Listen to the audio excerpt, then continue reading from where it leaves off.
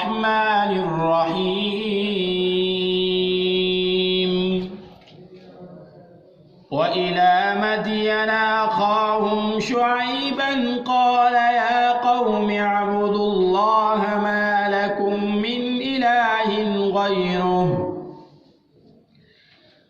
قد جاءتكم بينة من ربكم فأوفوا الكيل والميزان ولا تبخسوا الناس أشياءهم ولا تفسدوا في الأرض بعد إصلاحها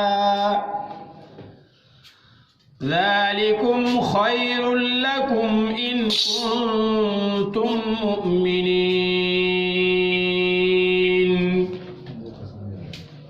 ولا تقعدوا بكل صراط توعدون وتصدون عن سبيل الله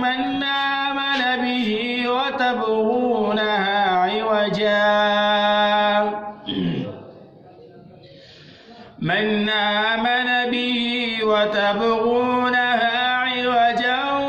واذكروا إذ كنتم قليلا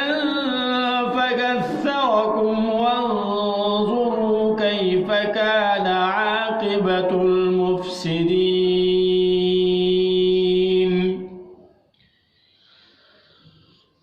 وإن كان طائفة منكم آمنوا بالذي أرسلت به وطائفة لم يؤمنوا فاصبروا حتى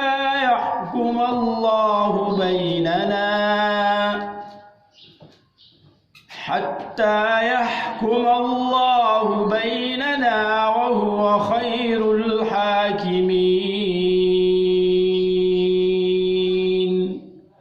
صدق الله العظيم.